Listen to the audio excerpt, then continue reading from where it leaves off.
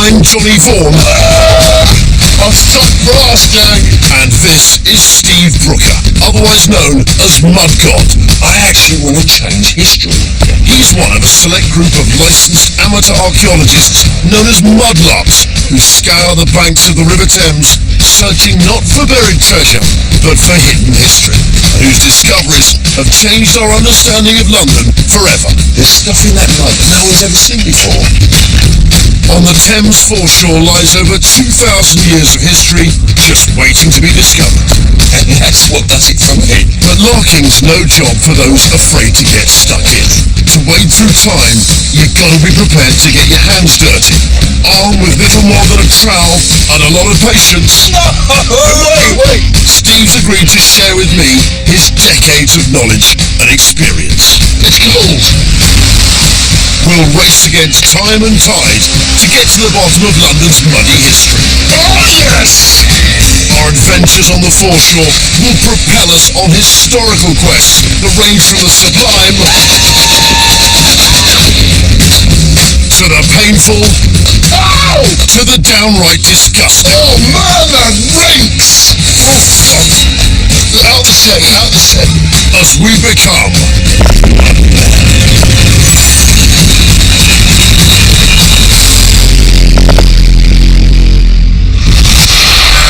in today's Mudmen, I take mudlarking to a new level.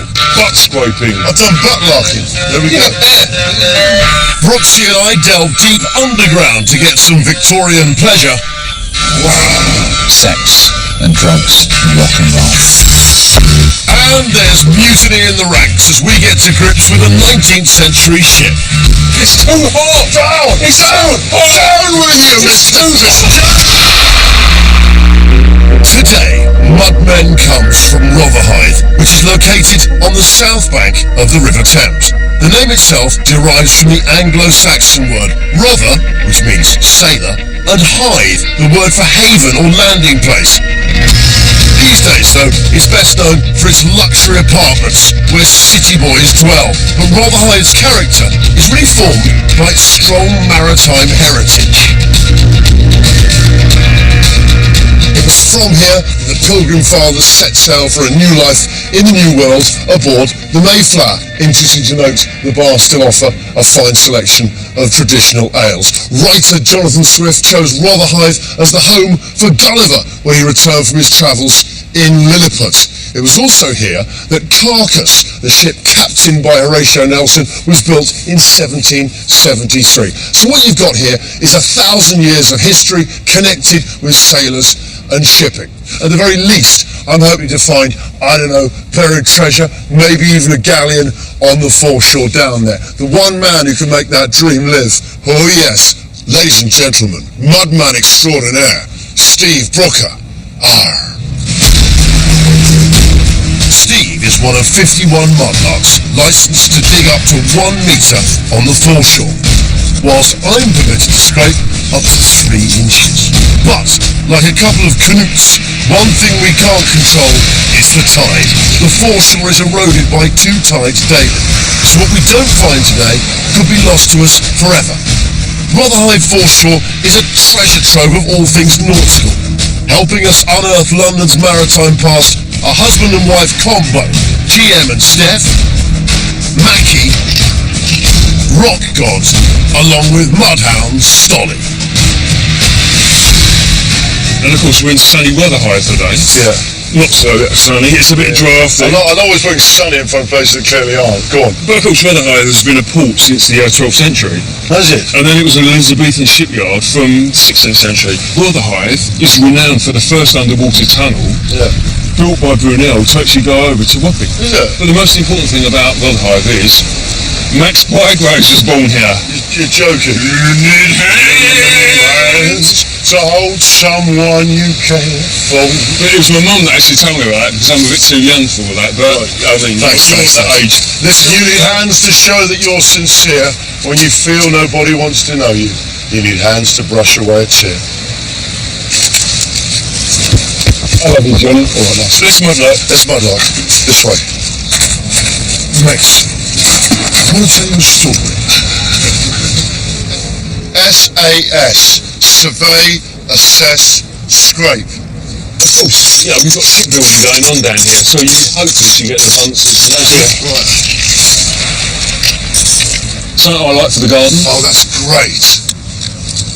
Of course, it's a ship's deadeye. A deadeye is a pulley that's used in the standing and running of rigging on a traditional sailing ship. Now, my dad was telling me about the first thing to be mass-produced on a production line was Royal Navy pulley blocks.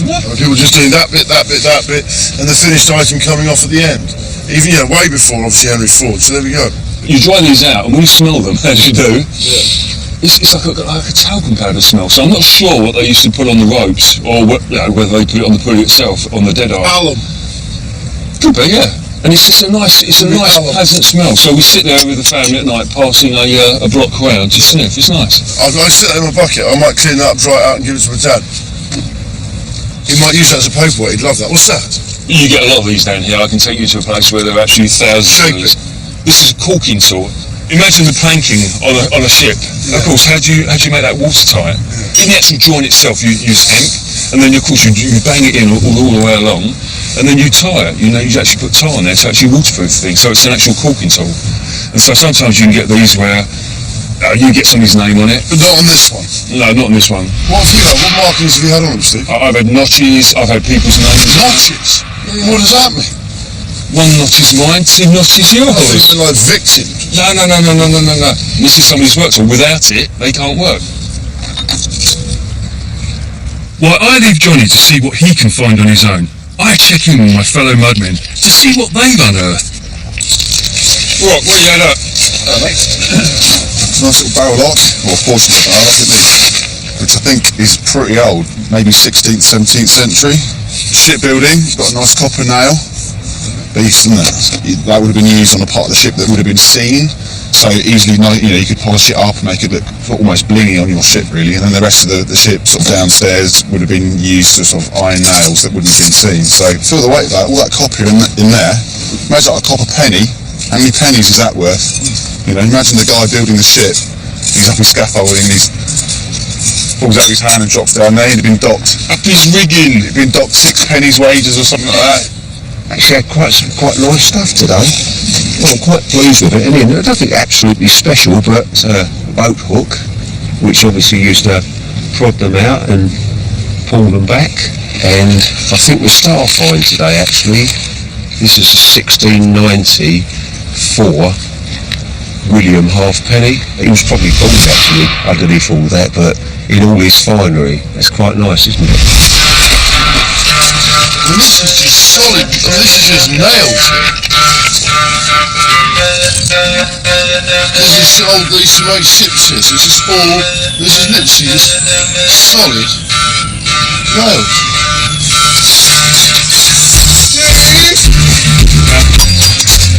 What? What's that? Pigeons. Tappity tap tap tap. Pigeons. Alright. What I've done is I've got loads of nails for us. Yeah, okay. Hello, John. There's nails here. Right.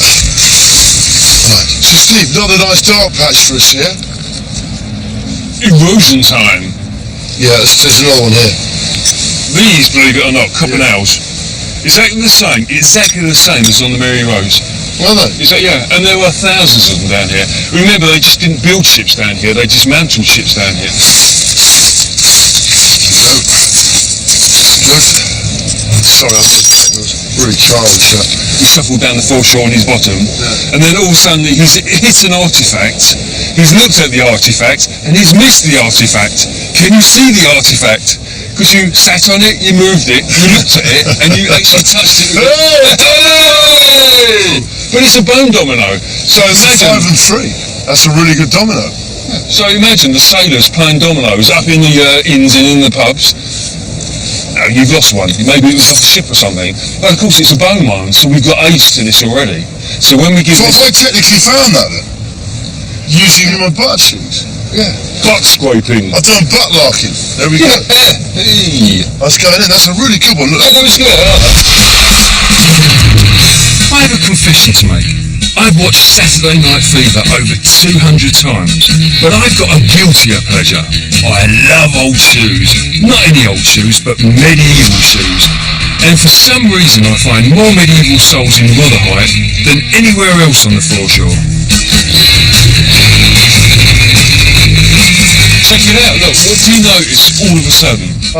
No tide marks at all down there, but here you can really see where the retreating tide's left it. Time to put Johnny to the test with a little race to see who can find the most leather items in 1 minute.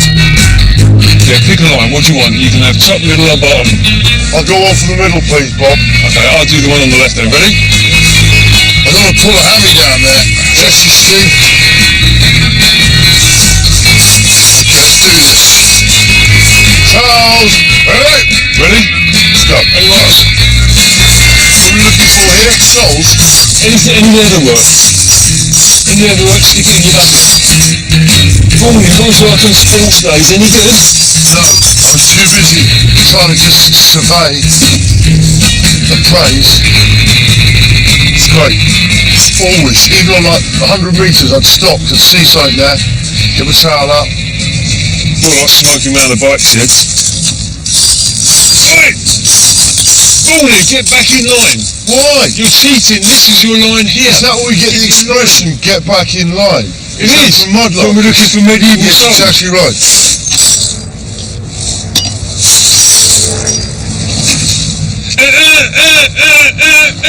Time's up, let's have a look at your bucket. There is no I've got more than you, mate. Rubbish, look at the amount of That leather. one. Look at that little puppy. It's probably from the 20s. 1920s. Yeah. Alright. Yeah, as it goes, you can probably actually beat me on age. No, again, 50s. I do like a bit of shoe. Like 50s again. So how did you sort of start researching it and stuff? There's plenty of books. Is it? Ah, tons of books and shoes, yeah. So what did you do then instead of reading books? Thank you. Do they do story tapes for the They car? do, with done in big crowns. The stitching is closer, so the shoe is probably not medieval. Oh, Teddy, Let's have a listen to our next shoe. Hey, medieval shoe! Medieval shoe! Get your medieval shoes! Still to come on Mudmen, Johnny brings the full weight of his academic knowledge to the table at Mudmen HQ. Realistic hair, gripping hands, eagle eyes. Down at the River Thames, mud god Steve Brooker and I, along with our army of mudmen, are trawling the foreshore at Rotherhithe in the hope of unearthing London's maritime history. Do you want to play hot and cold again? No, I don't want to play hot and cold. We don't need to play hot and cold because you're getting the eye. Yeah, I hate when you do this. It's because you move so fast. Okay, sorry. Remember, we're always teasing. It's harder to tease in it, so you've got to give it a little bit more. That's quite manly. Oh, I tell you got hot there. You got very hot. I don't know if you noticed, but the tide is coming in. And also, I don't think there's any room for sarcasm, right? we have a boat going by, so you could have a wet bottom unless you get this artifact in the next 20 seconds. Here, right? Left. This is the most tedious. That's last. Oh, this is good. I wasn't looking down. That's really good. That's a penknife handle. I mean, a knife handle, right? Well, it's a folding knife. Yeah. How old's that? Well, it's probably about 18th, if not a lot earlier. In fact, I think it's probably about earlier. It could be about 1750, 80s. It's like a pistol grip. You see this? We cast this as like a pistol grip. Good, I've found. And I'm finding things like this all the time. It's good fun. Let's watch it. Let's have a quick look. Okay. Is that a good find? Yeah, it's a very good find. It's a pity you haven't got the blade on it. And also, sometimes you'll get a guy, or maybe a woman, that will actually put his mark on it. Hence, my knife. But it's very nice. We'll have to show this to Jeff, see what Jeff says. Got a bit of the end Let's missing. put it in my bucket. Oh, your bucket.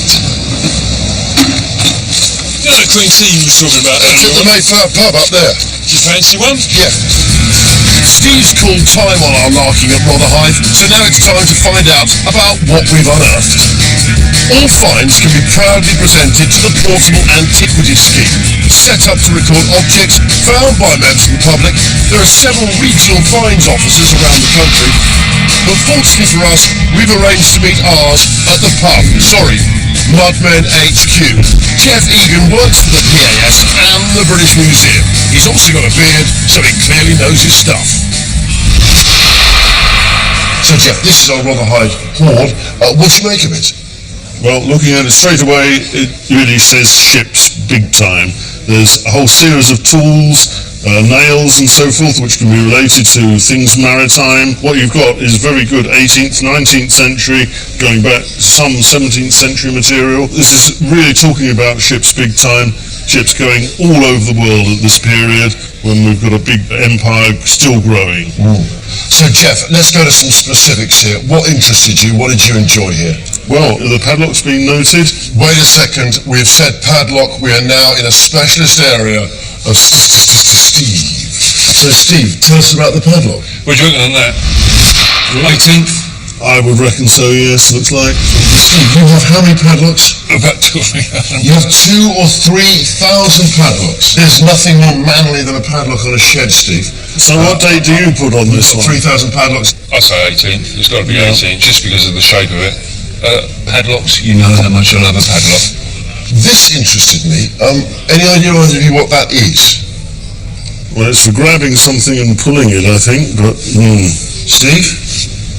Yep, it's a stevedore's hook. A stevedore's hook? But a very strange stevedore's hook, because of course it would have been gripped on like this. Yeah. Now, most stevedore's hook would be great big spikes on it, so you just into the bow and out.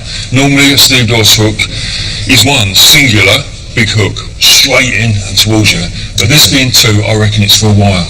Anything else of interest here, Jeff? Yeah, well, it's taken by this knife handle here. It's a fairly common type of 18th century knife.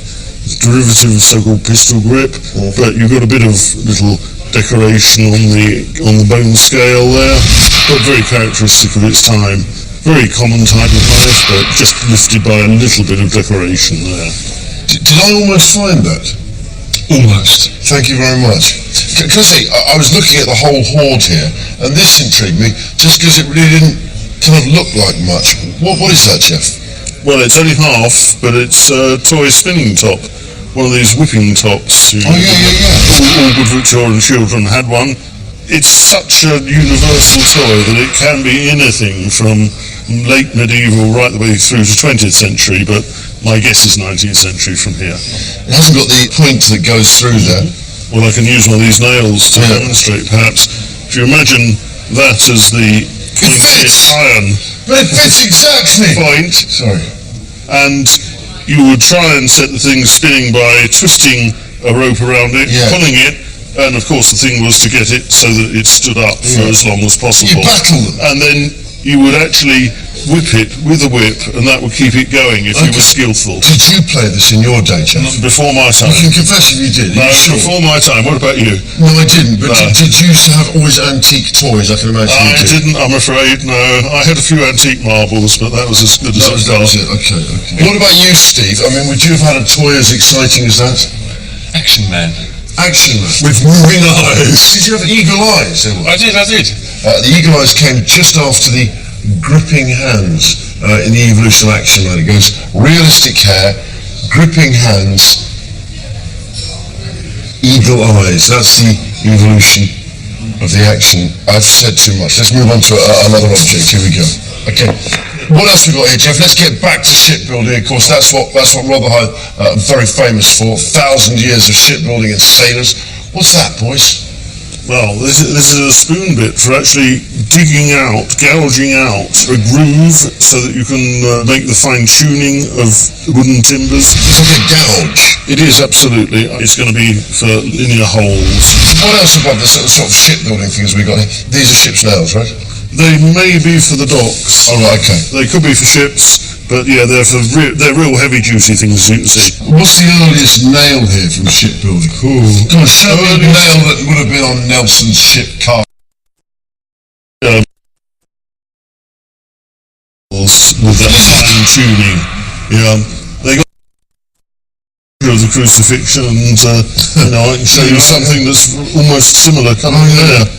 So ship's nails, like sharks, perfectly evolved. There's hard to age, and we can't see where they've ever changed. There are specialist nails. There are ones for putting in decks. There are ones for putting on wheels. There are ones for putting in furniture. There are ones for doing coarse work. Large nails, of course, to hold the biggest timbers together, and these small ones, which are copper alloy, are so perhaps that they didn't spark with gunpowder around. You didn't want a nail of iron that would catch against the nail in the bottom of a shoe. Yeah. So copper alloy nails, Otherwise, navy deck nails. Kaboom!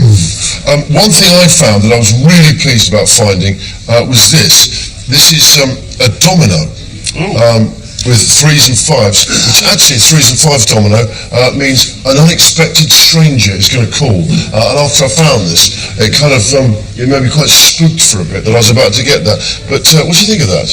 Well, looks like it may well be a good 18th or 19th century one, so it's certainly it's bone, so not the sort of thing that we would have today. And some of the French prisoners from the Napoleonic Wars used to make these and sell these. Our finds from the foreshore have certainly left us to ponder all things nautical. So it's time for me and Steve to go our separate ways and delve deeper into our rich maritime past. Still to come. Oh wait, I'm coming out, it's too hot! Things get steamy for Steve and I as we cast off at Henley-on-Thames. After a good day's larking at Rotherhithe, we brought up a treasure trove of artefacts with a distinctly nautical feel. So now we're off for some more expert illumination. And for Steve, that means going dockside. From 1800 right up until the 1970s, over 35,000 people were directly employed in London's docks, with trades ranging from shipbuilders to barrel makers. By 1981, all of London's major docks had closed, leaving much of the Docklands a derelict wasteland. I want to know why one of Britain's greatest industries declined so spectacularly, and there's no better place to start than the National Maritime Museum in Greenwich. So, the Thames 200 years ago, what was it like? Well, it's difficult for us to imagine now because the Thames today looks so empty, but it was unimaginably busy. There must have been thousands of ships. London at that time was the busiest port in the world, and of course London was the greatest city in the world. So the docks, what were the docks like? Can you paint us a picture? The Thames was getting so crowded, particularly in the Pool of London, that in the early 1800s whole new docks were being built. There was the West India Dock, the East India Dock, and so on. And these were huge new cargo handling areas. There were huge new warehouses, and these docks had very high perimeter walls, some of them over 6 meters in height, so they were very secure places, and they were used for storing the goods that were coming into London. But the heyday of London's docks was much more recent than you'd imagine. In its own way, the Port of London was as busy in the 1950s and 60s as it was 200 years ago. The port was handling huge quantities of cargo. Thousands of ships were using the port's facilities every year. So what happened to all the docks? There's hardly anything left. It was really containerisation that brought about that rapid decline. Containerisation became very popular from the 1960s onwards, and basically it was putting all your cargo in large metal boxes, either 10, 20 or 40 feet in length, and it means that you can transport lots of different types of cargoes. And of course the other big advantage with containers is that you can just put them on the quayside and your cargo will be totally secure. So that does away with having to put your cargo in, bonded warehouses and so on.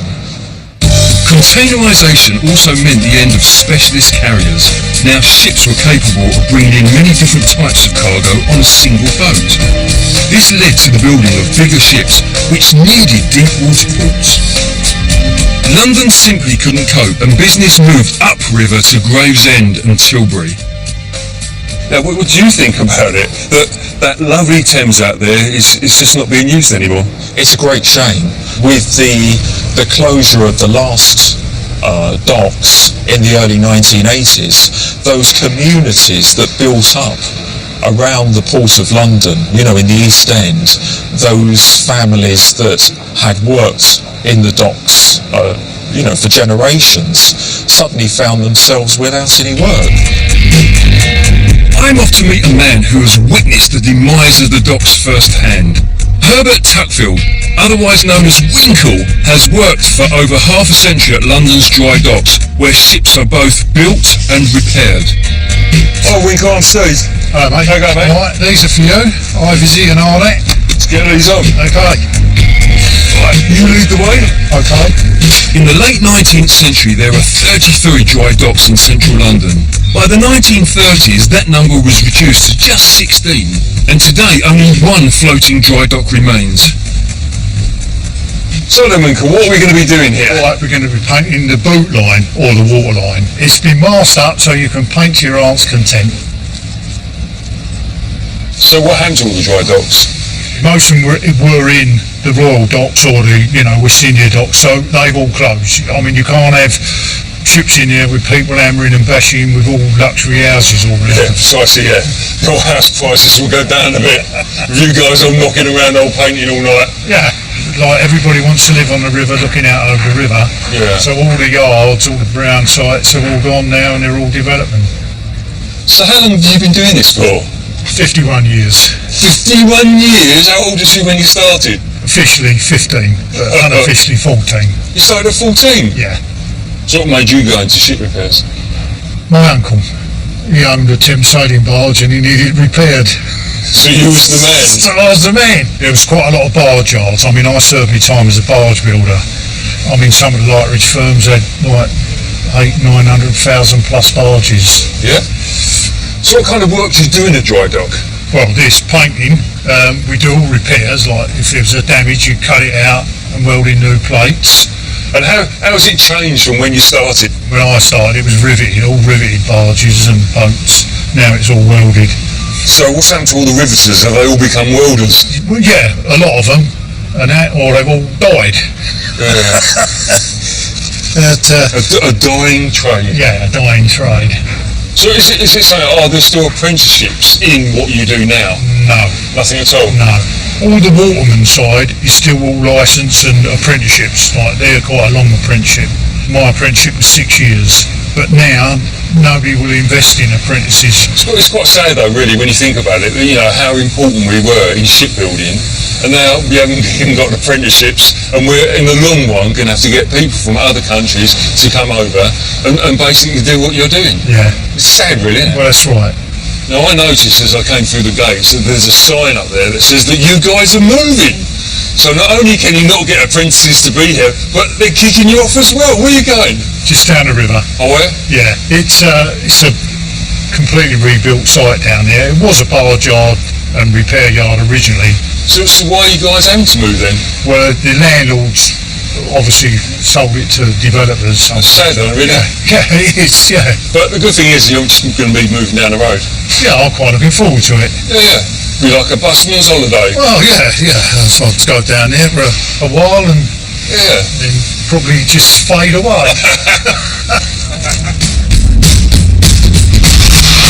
On the final part of Mudman, Johnny has plans for one of Britain's greatest feats of engineering. It was speakers, sweaty ravers really doing their thing. You're coming out of IK Brunel's.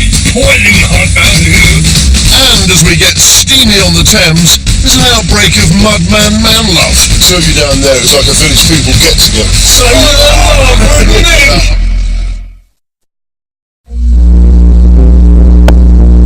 Steve Brooker and me are mudmen.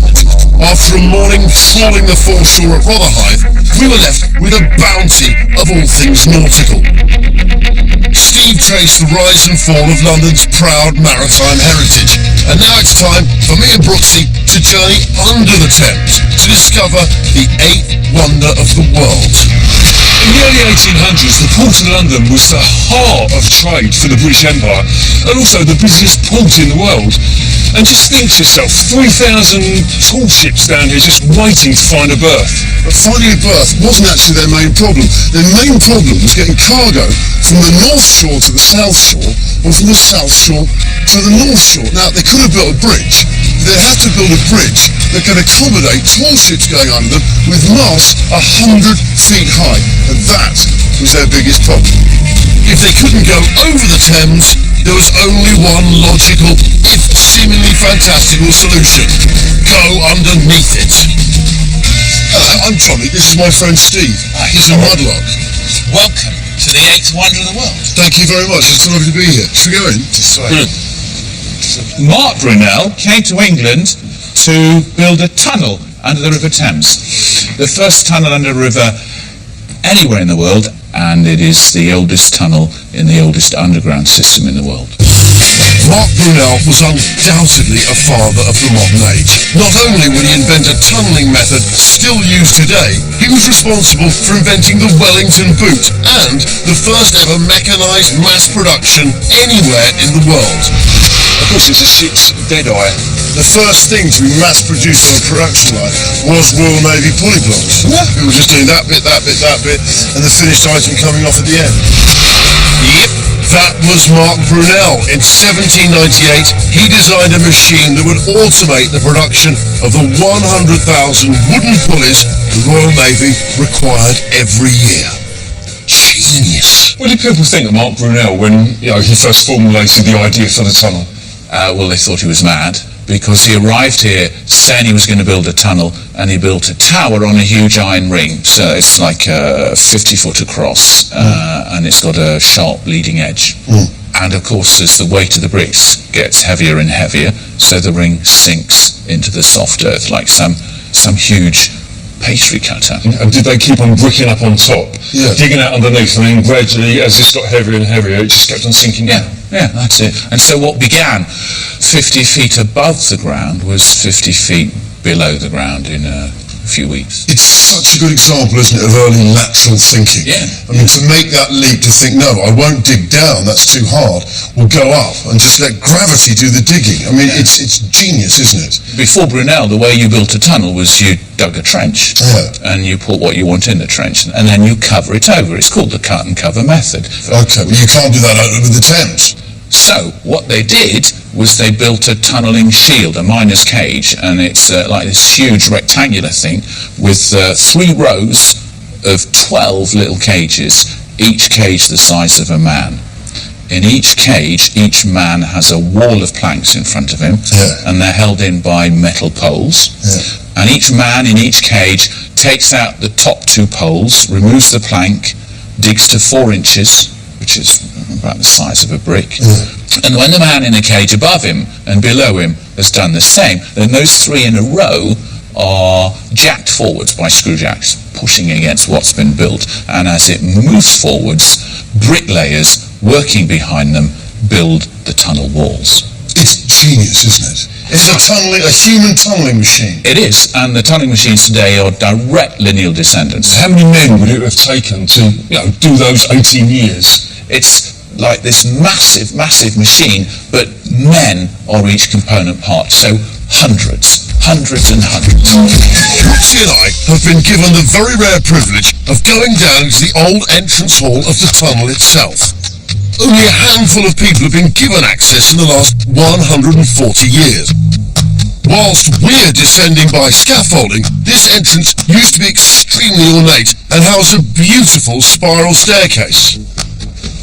It's like being in one of those great big gas tanks. You know those gas tanks that go up and down? It's like the interior of one of those. How thick are these walls, Robert?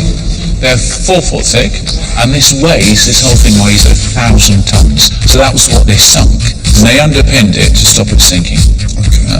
Else it'd still be going. Yeah, I was going to say, keep on going. Yeah. Oh, can you hear the train? How far is that below? It's 14 feet below us. Yeah. But it wasn't built for trains, of course. This tunnel was built for cargo. It was built to move cargo under the busiest river in the world. This is an East India Company tunnel. Did they finance it all? It was financed by investors, and they were going to build another shaft, 4 times the size of this, to move the horse and the carts and the cargo down to the tunnel and across to their side.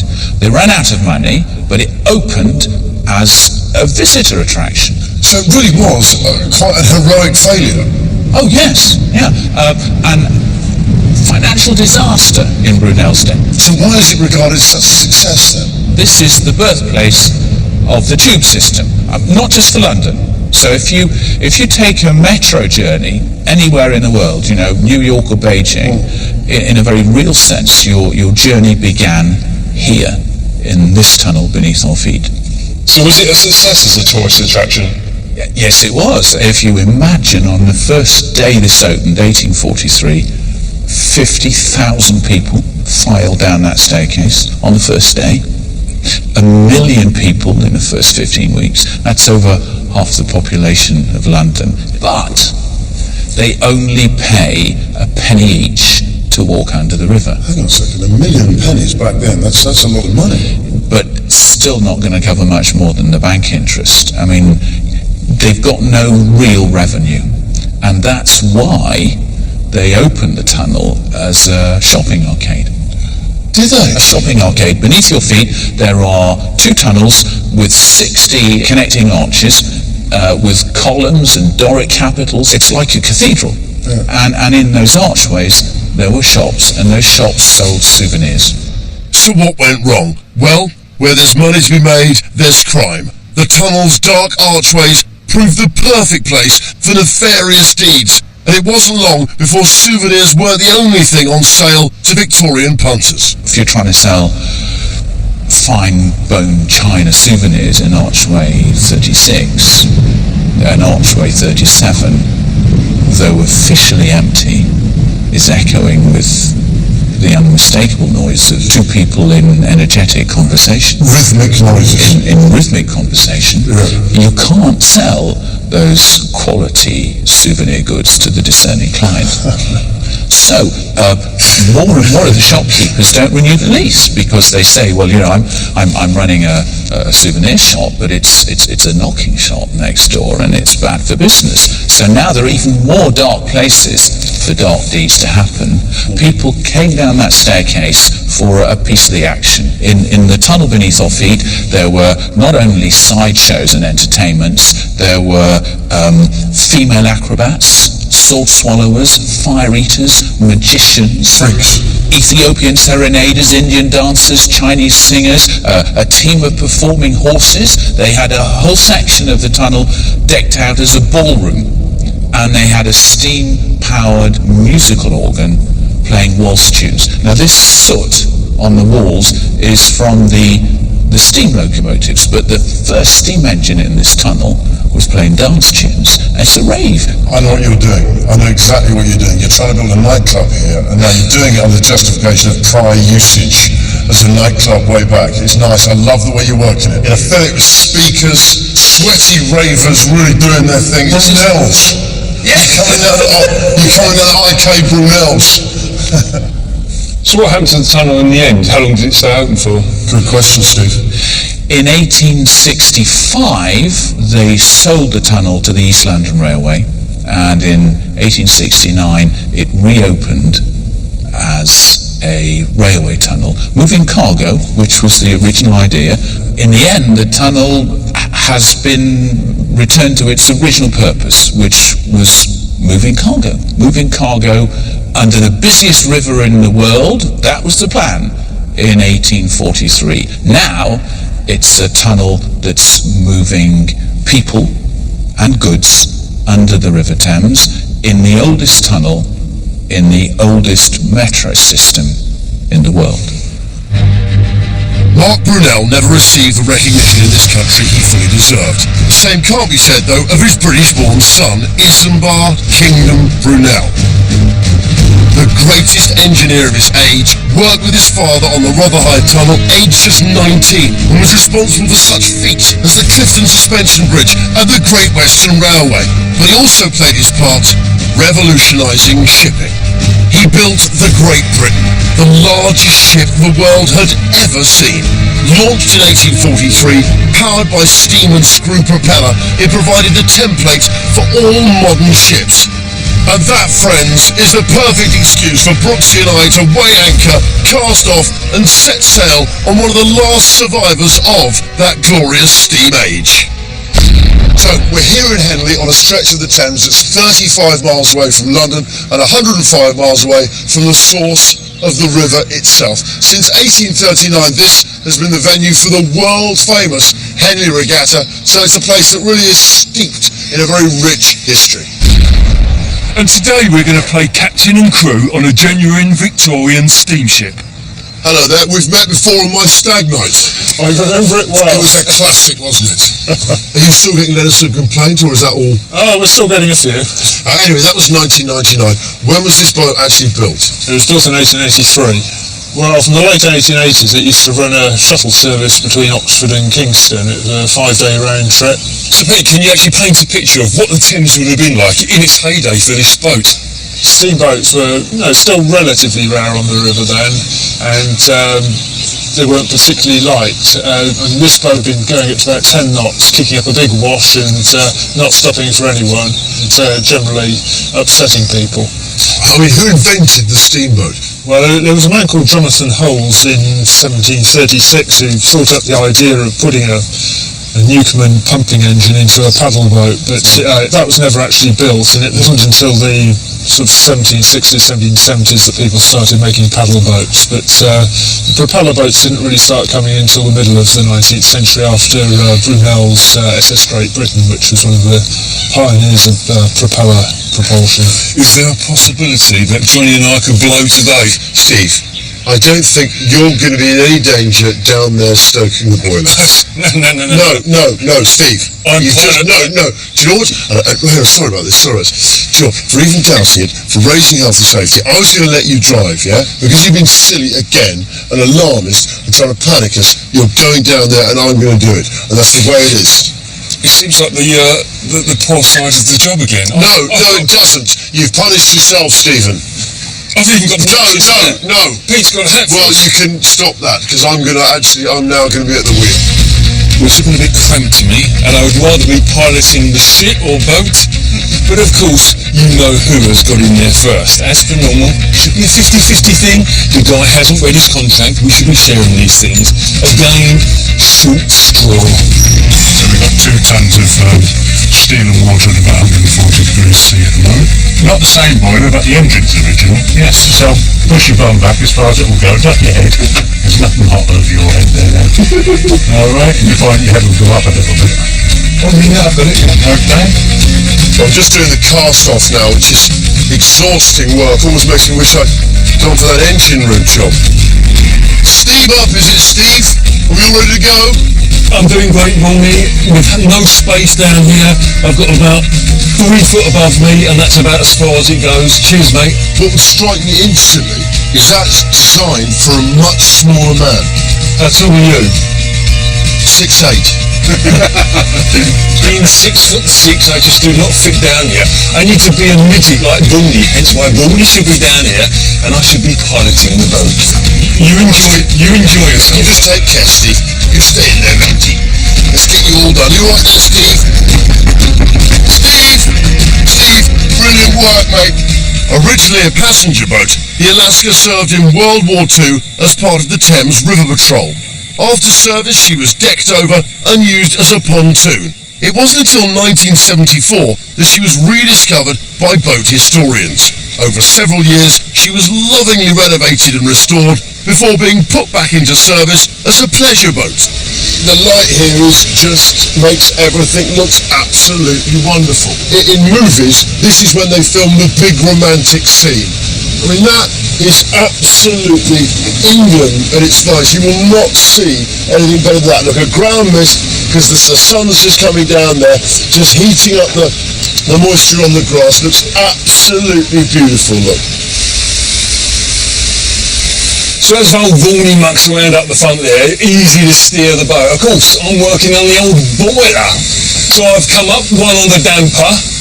I've had a bit of a fiddle down below, and I tell you, everything's working perfectly down there. I was born to be a stoker and boiler man.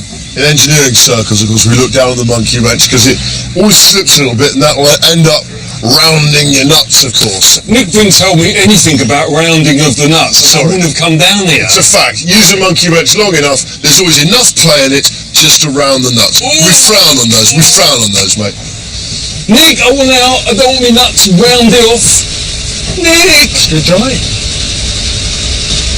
What's the speed limit on here? 5 miles an hour is the speed limit these days. 5 miles an hour, so you're looking at, that's nothing, that's like 3 knots. A bloody sauna. I might take my clothes off in a minute. Steve really should stop complaining. In her heyday, it would have taken shovelfuls of coal to power the Alaska. These days, it's been replaced by small compressed wood briquettes, which are kinder to the environment and the poor stokerman's back. Silence below! Okay, now I'm going to do 4 blasts now, Steve, which tells you I'm going to turn around. Pete, do we need any more steam at this point? Any more at all? Oh, we need a little bit, yes. We need a teeny bit of steam. We need Steve, we need more steam! Quick! Quickly, steam! More steam! Out the wheel! So just keep him going. Bring it out, Mr. Christian! I'm trying, Goldie! Steady, Stephen! I'm trying! Steady, Mr. Brooker! Only mutiny from him. Mudman. Goldie, I'm coming out, it's too hot! Steve, you see what I'm doing here, yeah? This is skilled stuff. This is much more what we call white collar. See, white collar, and down there traditionally, you've had a blue collar and been covered in dirt, probably in vests, probably all feeling each other, stuff like that. Me and Nick were like that. I know, and do you know what, Peter and I were, because we had a night out with some of the ladies, promenading. And a battle wound as well. I've burnt my arm. Of course you have, I bet he was showing you his scars, wasn't he, down there? He was, Joes. He was. I bet he was showing Nick and his scars. Load of grease monkeys touching each other's bodies. The two of you down there, it was like a village people get together. I suppose you and Peter haven't got any scars like Nick and I. Of course we haven't got scars. We might have a little bit of damage to our nails, something like that on the wheel if it's just caught a bit like that, but other than that, Pete and I've got no problems at all. In little more than the lifetime of this steamboat, Britain has gone from producing 80% of the world's ships to less than 1%. It's a sad stat. But at least we still have boats such as the Alaska to remind us of our magnificent shipbuilding heritage.